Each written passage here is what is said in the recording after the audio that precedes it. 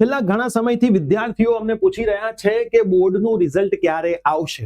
ધોરણ 12 સાયન્સ, ધોરણ 12 સામાન્ય પ્રવાહ, કોમર્સ, આર્ટ્સ અને ધોરણ 10 નું. તો આજના આ વિડીયોની અંદર ધોરણ 12 નું અને ધોરણ 10 નું તમારું રિઝલ્ટ ક્યારે આવવાના મેક્સિમમ ચાન્સ છે એના વિશે આપણે વાત કરીશું, અને રિઝલ્ટ પછીની શું પ્રક્રિયા હોઈ શકે છે એના ઉપર પણ આપણે વાત કરીશું. પરંતુ રિઝલ્ટ પછીની જે તમારી એડમિશન પ્રોસેસ છે આખી આપણી યુટ્યુબ ચેનલ પર ચાલી જ રહી છે. રિઝલ્ટ પહેલા પણ ચાલે છે, રિઝલ્ટ પછી પણ ચાલે છે. 4 સિટીમાં આપણા સેમિનાર પણ મે મહિનામાં થવા માટે જઈ રહ્યા છે.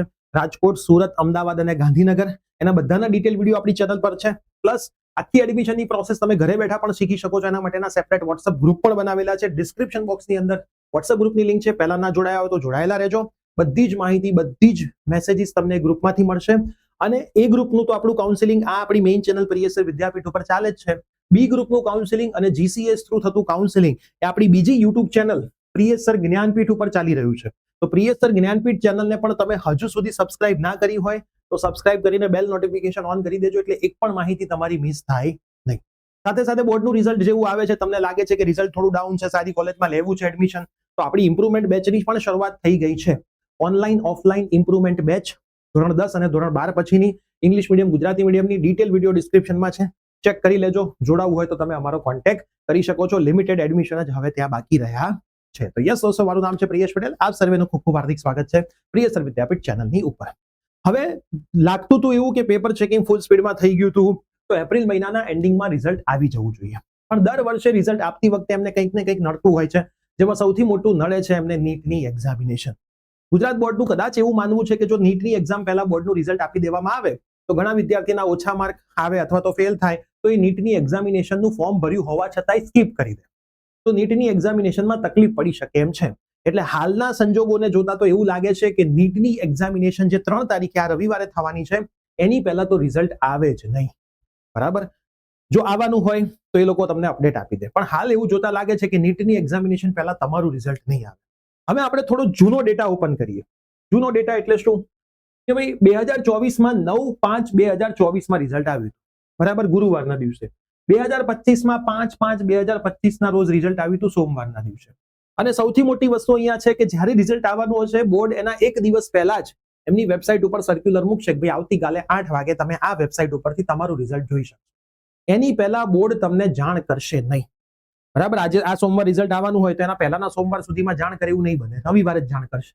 એટલે માની લો કે રિઝલ્ટ નીટની એક્ઝામિનેશન 3 તારીખે છે. આ હોટ ફેવરિટ ડેટ છે, 4 થી લઈને 9 મે. 4 થી લઈને 9 મે ની અંદર 12 સાયન્સનું રિઝલ્ટ આવશે. જે દિવસે 12 સાયન્સનું રિઝલ્ટ આવશે એ જ દિવસે એ લોકો ગુજસેટનું રિઝલ્ટ પણ મૂકી દેશે. તમે બોર્ડની વેબસાઇટ ઉપર તમારો સીટ નંબર નાખીને તમારું રિઝલ્ટ જોઈ શકશો. હવે કદાચ બોર્ડને એવું લાગે છે કે વેબસાઇટ ઉપર લોડ વધારે છે, તો સામાન્ય પ્રવાહ જે કહેવાય છે, કોમર્સ, આર્ટ્સ, એનું રિઝલ્ટ 1-2 દિવસ પછી આપે. ઘણી વખત સાથે પણ આપી દેતા હોય છે. ધોરણ 10 નું રિઝલ્ટ ધોરણ 12 ના રિઝલ્ટના 1 વીક પછી મોસ્ટ પ્રોબેબલી આવતું હોય છે. તો આના પછીના વીકમાં ધોરણ 10 નું રિઝલ્ટ પણ એ લોકો પબ્લિશ કરી દેશે. રિઝલ્ટ એમની પાસે રેડી જ હોય છે, પણ એક સાથે બધા રિઝલ્ટ પબ્લિશ કરે તો વેબસાઇટ ઉપર લોડ પડે અને વિદ્યાર્થીઓ તકલીફમાં મુકાય. એટલે મોસ્ટ પ્રોબેબલી એ લોકો એવું નથી કરતા હોતા, અલગ અલગ રિઝલ્ટ મૂકતા હોય છે. પણ બોર્ડ અને ગુજસેટનું તો પરિણામ જોડે જ આવવાનું છે. સવારે 8 વાગ્યાથી તમે જોઈ શકશો. મને એવું લાગી રહ્યું છે કે 4 અને 7 તારીખ સૌથી હોટ ફેવરિટ છે, કેમ કે એ લોકો દિવસો તમે જુઓ, મંગળવાર પસંદ, સોમવાર પસંદ કરશે, ગુરુવાર પસંદ કરશે. તો 4 તારીખે સોમવાર છે અને 7 તારીખે ગુરુવાર છે. પછી એમની જે ઈચ્છા જ્યારે આપવો હોય ત્યારે, પણ મોસ્ટ પ્રોબેબલી 4 થી 9 માં તો તમારું રિઝલ્ટ આવી જ જશે. જો તમને દેખાય છે આ ડિજિટ જોઈને તમને ખબર પડશે 4 તારીખે સોમવાર છે અને 9 તારીખે શનિવાર છે, તો એની ઇન બિટવીન તો તમારું રિઝલ્ટ આવી જ જશે. હવે જેવું તમારું રિઝલ્ટ આવે છે, કોઈ જ ઉતાવળ કરવાની નથી, શાંતિથી તમારું રિઝલ્ટ જોઈ લેવાનું છે. જે પણ રિઝલ્ટ આવે છે એને સ્વીકારવાનું છે. કદાચ તમારે બોર્ડનું, જો ગુજસેટમાં તો ઇમ્પ્રુવમેન્ટ હોતી નથી, બોર્ડમાં તમારે માર્ક્સ ઇમ્પ્રુવ કરવા છે તો તમે 100% અમારી બેચમાં જોડાઈ શકો છો. તમને 100% એસીપીસીના એડમિશનમાં, એન્જિનિયરિંગમાં, ફાર્મસીમાં ફાયદો થશે. છેલ્લા 2 વર્ષથી તો અમે વિદ્યાર્થીઓને ફાયદો કરાવી જ રહ્યા છીએ. તમને પણ ફાયદો થશે. તો તમે ડિસિઝન લઈ શકો છો એ દિવસે બેચમાં જોડાવાનું. વિધિન 2 ડેઝ આપણી બેચ ઓફલાઈન ચાલુ થઈ જશે, ઓનલાઈન તો ચાલુ જ છે. એનું જે ગયું છે રિવિઝન કરાવી દઈશું અને આગળ ફટાફટ ભણાવવાનું ચાલુ કરીશું, કેમ કે જૂનના એન્ડિંગમાં ઇમ્પ્રુવમેન્ટ એક્ઝામિનેશન આવી જશે. જેવું રિઝલ્ટ આવશે તમે તમારા સ્કૂલથી રિઝલ્ટ લઈ શકશો. એની પણ ડેટ આવશે. રિઝલ્ટની સાથે તમને એલસી પણ મળશે. એના તરત જ થોડાક જ દિવસમાં ઇમ્પ્રુવમેન્ટ એક્ઝામિનેશનના ફોર્મ આવી જશે.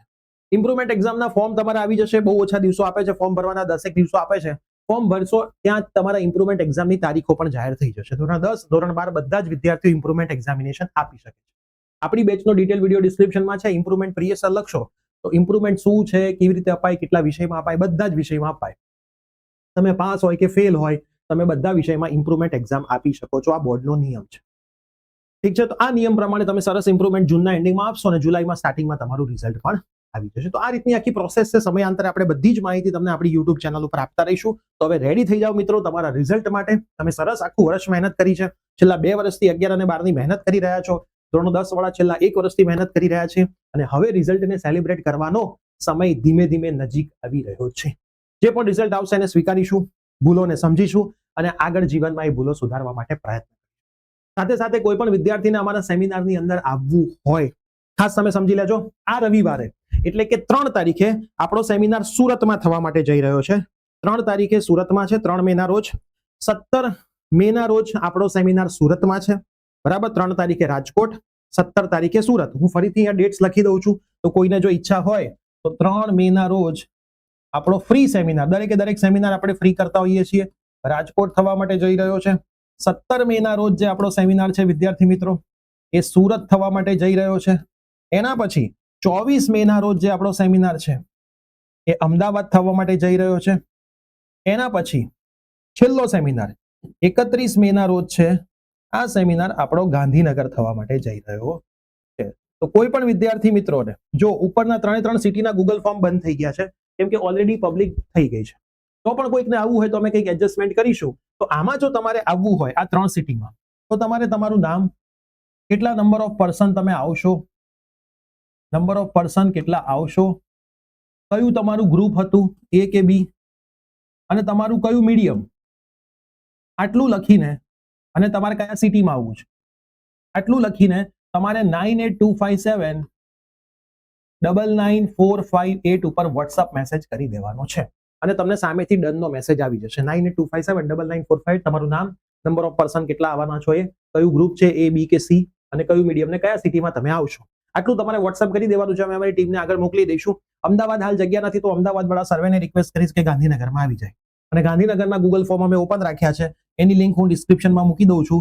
બરાબર. તો ગૂગલ ફોર્મ તમે ડિસ્ક્રિપ્શનમાંથી ભરી દેશો. બરાબર. અને સેમિનારમાં હાજર રહી જશો. તમે જેવું ફોર્મ ભરો છો એટલે તમારે કન્ફર્મ માની જ લેવાનું છે અને તમારે ત્યાં આવી જ જવાનું છે. તમને કોઈ ફોન આવે, કોઈ મેસેજ આવે કે ના આવે. બરાબર. તો સરસ મજાની આખી એડમિશન પ્રોસેસ આમાં સમજાવીશું. કઈ રીતે સ્ટેપ બાય સ્ટેપ આગળ વધવાનું, કઈ ફિલ્ડ પસંદ કરવાની, AI નો જમાનો છે, કેમાં આગળ વધવું જોઈએ, BE માં શું કરવું જોઈએ, આગળ માસ્ટર્સમાં શું કરવું જોઈએ, 4 વર્ષ પછીનો ટ્રેન્ડ શું હશે, કઈ કોલેજ સારી, કેવી રીતે કોલેજનું કમ્પેરિઝન કરાય, કઈ ફિલ્ડ માટે કયું ફોર્મ ભરવાનું, કઈ સ્કોલરશિપ તમને મળવા પાત્ર હશે, કયા સ્કેમ એડમિશન પ્રોસેસમાં થશે, આ બધી જ વસ્તુ તમને આ સેમિનારમાં આપણે શીખવાડીશું અને એકદમ ફ્રી ઓફ કોસ્ટ આપણા સેમિનાર હશે. તો કોઈ પણ વિદ્યાર્થી મિત્રોને આવવું હોય કોઈ પણ સેમિનારમાં તો જલ્દી કરજો, વહેલા તે પહેલાના ધોરણે છે. ઓલરેડી શીટ ફૂલ છે. આવવું હશે કંઈક આયોજન કરીશું. ગાંધીનગરના ગૂગલ ફોર્મ ઓપન છે, ડિસ્ક્રિપ્શનમાં હું લિંક મૂકી દઉં છું. તો સરસ મજાનું રિઝલ્ટ આવશે ને આખી એડમિશન પ્રોસેસ મે મહિના પછી ચાલુ થશે. મે મહિના સુધી તમને ફોર્મ ભરવાનો સમય આપ્યો છે. ખાલી તમે ફોર્મ જ ભરી શકશો, પછી બધું ચાલુ થશે. એટલે આપણા દરેક સેમિનાર દર વર્ષે મે મહિનામાં જ હોય છે. હવે મેક્સિમમ મિત્રોને આ વિડીયો શેર કરી દો. બધી જ માહિતી આઈ હોપ તમને મળી ગઈ હશે. મળીશું, સાથે મળીને સરસ રીતે એડમિશન પ્રોસેસ કરીશું અને ક્યાંય તકલીફમાં તમે નહીં પડો એ મારી જવાબદારી તમને. મળતા રહીએ છીએ. આ વિડીયો બધાને શેર કરજો. Bye bye, take care.